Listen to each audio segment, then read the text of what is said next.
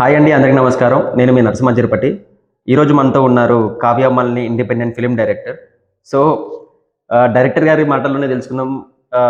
Film గురించి ఇంకా ఎక్కువ డీటెయిల్స్ ఏమైనా చెప్తారా, ఎలా జరిగింది షూటింగ్ అదంతా? హాయ్ అండి. హాయ్ శ్రీమద్ బాలు గారు. సో చెప్పండి, అంటే ఈ Kavya Malini movie lady oriented film. ఆ అమ్మాయిని ఎలా క్యాస్టింగ్ చేశారండి మామూలుగా? యాక్చువల్గా మేము ఈ కథ మొదలెట్టినప్పుడు ఆల్మోస్ట్ ఇప్పుడు రిలీజ్కి కథ రాయడానికి మధ్యలో ఒక 6 months టైం ఉండింది. ఓకే. బేసిక్గా మేము ఫస్ట్ ఒక అమ్మాయిని అనుకున్నాం, బట్ సమ్ రీజన్స్ వల్ల అమ్మాయితో కుదరలా. తర్వాత చాలా మందిని చూసాం, ఆల్మోస్ట్ ఒక 30 members. కొంచెం బడ్జెట్ ఇష్యూ కూడా ఉండే. సో కొత్త వాళ్ళతో వెళ్దాం అని అనుకున్నప్పుడు నా ఫ్రెండ్ ఒక అమ్మాయి త్రూ ఈ అమ్మాయిని కాంటాక్ట్ చేశాం. ఓకే. దెన్ అమ్మాయి ప్రొఫైల్ వచ్చిన తర్వాత మేము చూసిన తర్వాత ఓకే, నా కాన్సెప్ట్కి ఎలా ఉండాలంటే ఎవరో మోడల్ని తీసుకొచ్చి పెట్టి ఓకే ఈ అమ్మాయికి ఫేమ్ ఉంది కదా, అమ్మాయిని తీసుకొస్తే వ్యూస్ వస్తే అలా కాదు. యాక్చువల్లీ నేను అనుకున్నది, అమ్మాయిని తీసుకొచ్చినాం, అమ్మాయి ప్రాజెక్ట్లోకి వచ్చింది, కథ మొత్తం చెప్పాం. అమ్మాయికి కొన్ని ఇవి పెట్టాం, ఏంటి మన రిహార్సల్స్ చేసాం అనమాట. ఇంకోటి ఏంటంటే అమ్మాయి బాగా ఇంట్రెస్టింగ్ ఉండడం మాకు బాగా బూస్ట్ ఇచ్చింది. Okay, nice. బేసిక్గా అమ్మాయిలు ఎలా ఉంటారంటే ఇప్పుడున్న సిచ్యువేషన్లో ఒక ప్రాజెక్ట్ అంటే ఓకే అండి, కథ చెప్పండి, షూట్ డేట్ చెప్పండి, ఆ రోజు వస్తాం, డైట్ చేసి వెళ్ళిపోతాం. బట్ మా దగ్గర ఏంటంటే అమ్మాయి ఎప్పుడైతే ప్రాజెక్ట్లోకి వచ్చిందో దాని ఫస్ట్ నుంచి స్టిల్ ఇప్పటి వరకు అదే ఎనర్జీతోనే ఉంది, అదే ఎక్సైట్మెంట్తో ఉంది. సో అది మాకు బాగా బూస్ట్ ఇచ్చింది. ఒక్కో సిచ్యువేషన్స్లో మాకు ప్రొడ్యూసర్స్ కొంచెం దొరకాక టైంలో ఆపేద్దాం అని కూడా ఉండే థాట్, అంటే షూట్ స్టార్ట్ అవ్వకముందు. సో బట్ మేము ఏంటంటే లేదు, అమ్మాయి చాలా నమ్మింది, ప్రాజెక్ట్ కోసం ఉంది అని మాకు ఎనర్జీ ఆగడానికి ఒక పాయింట్ అమ్మాయి అన్నమాట.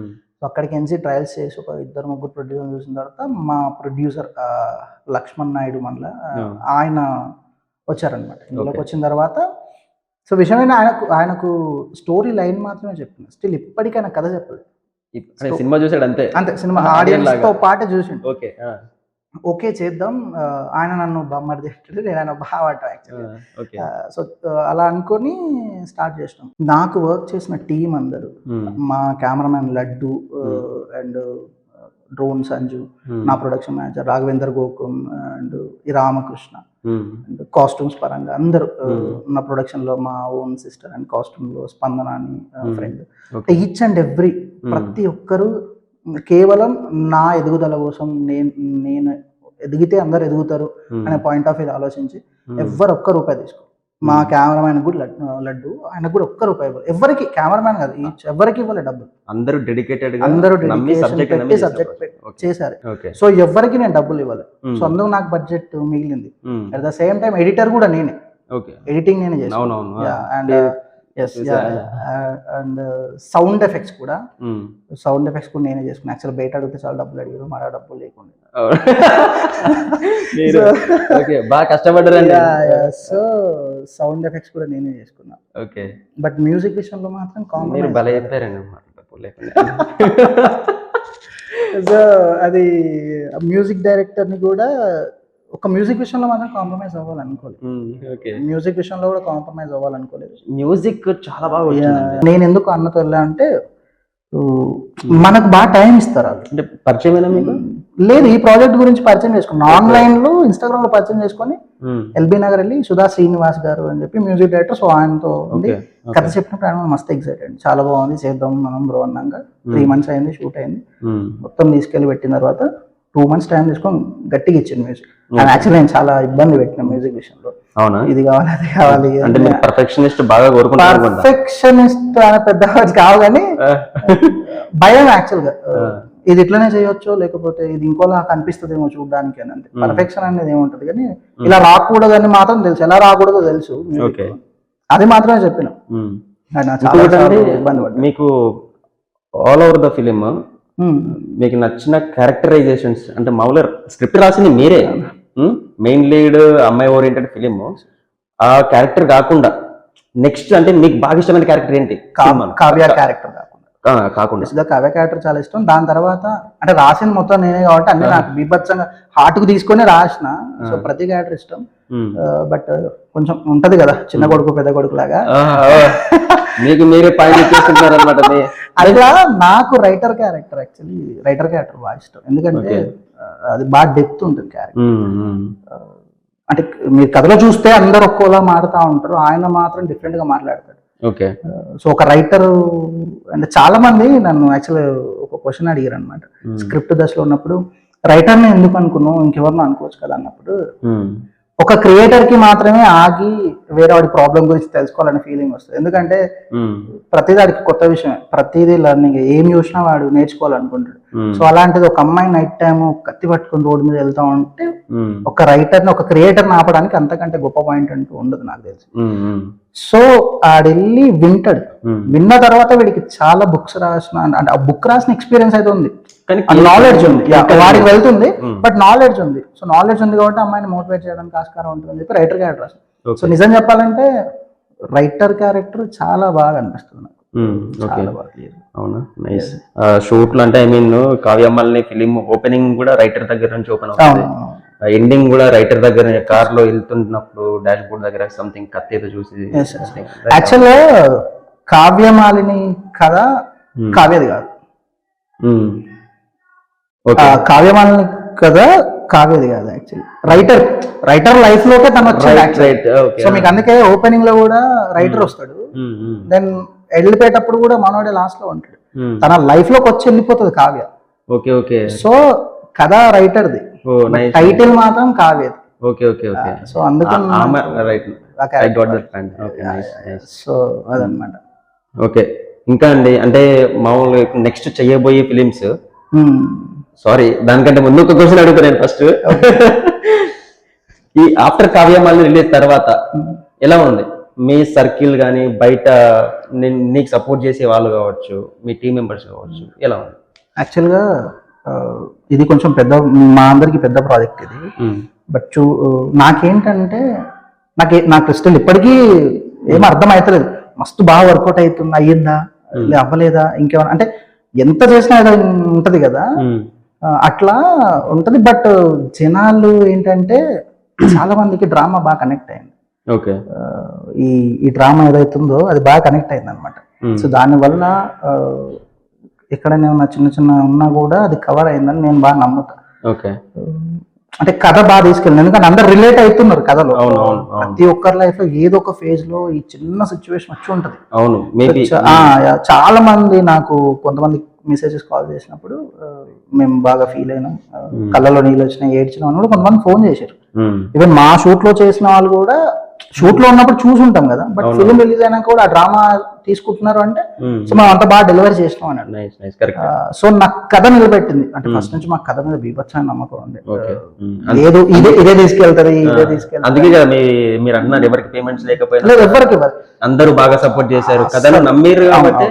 ఈవెన్ ప్రమోషనల్స్ విషయంలో కూడా మేము అంటే మా దగ్గర అన్ని డబ్బులు లేవు, ఫస్ట్ ఆఫ్ ఆల్ పైసలు ఇచ్చి ప్రాజెక్ట్ నమ్మారు, మా దగ్గర డబ్బులు లేకుండే.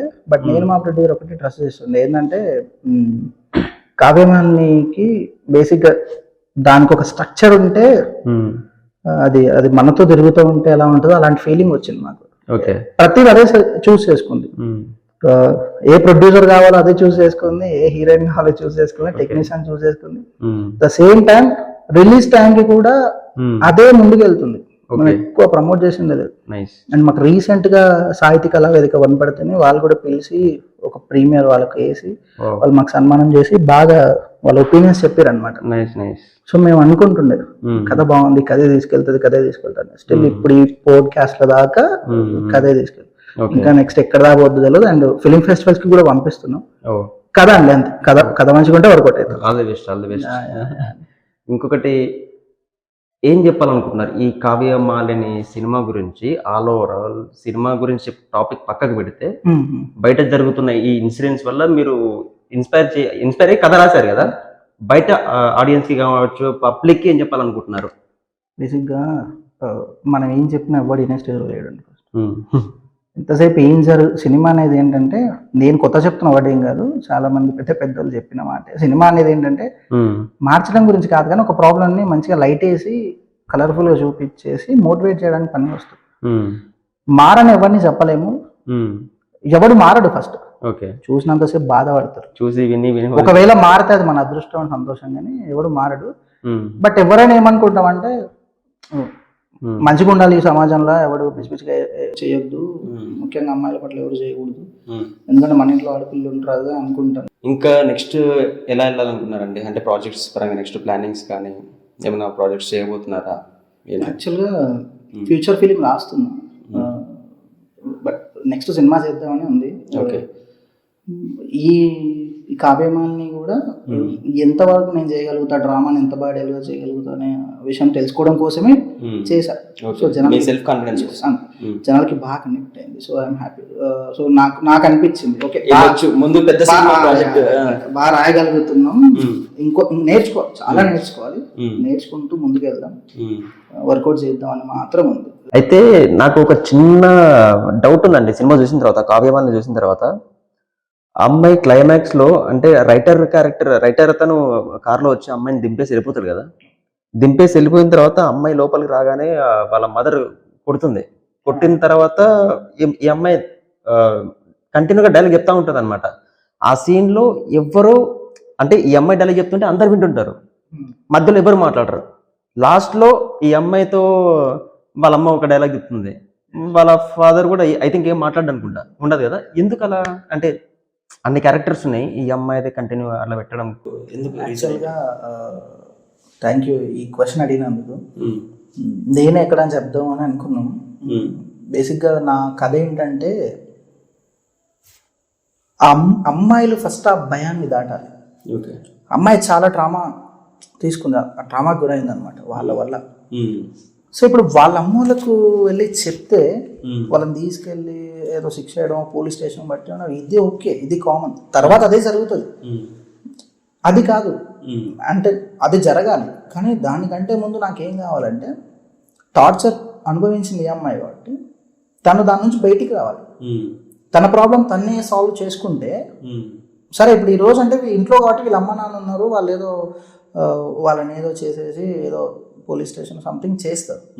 రేపు ఇదే ప్రాబ్లం బయట ఇంకెక్కడైనా కాలేజ్లో సంథింగ్ ఎక్కడైనా క్రియేట్ అయితే, సో ఏంటంటే నేనేమనుకున్నా అంటే, అమ్మాయి తన ప్రాబ్లం తను క్లియర్ చేసుకోగలరు. దాని తర్వాత ఆటోమేటిక్గా ఇలాంటి ప్రాబ్లమ్స్ ఎన్ని వచ్చినా సో వాళ్ళు నిలబడతారని నా ఒపీనియన్. సో అందుకు నేను ఇది అట్లా పెట్టాల్సి వచ్చింది.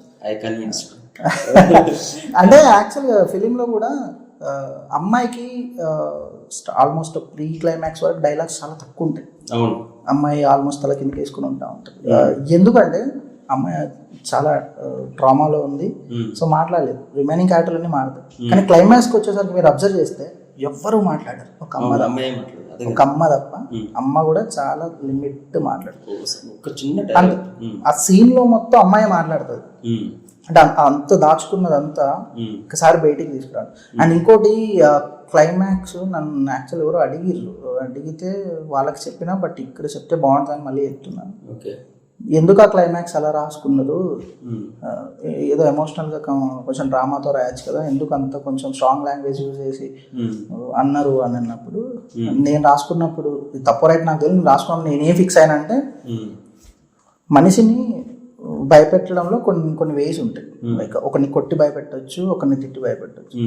బట్ నేను ఆ టైంలో రాస్తున్నప్పుడు ఏం ఫిక్స్ అయినంటే, వాడు చేసిన తప్పును యాజ్ ఇట్ ఈస్ చెప్పి కూడా భయపెట్టవచ్చు.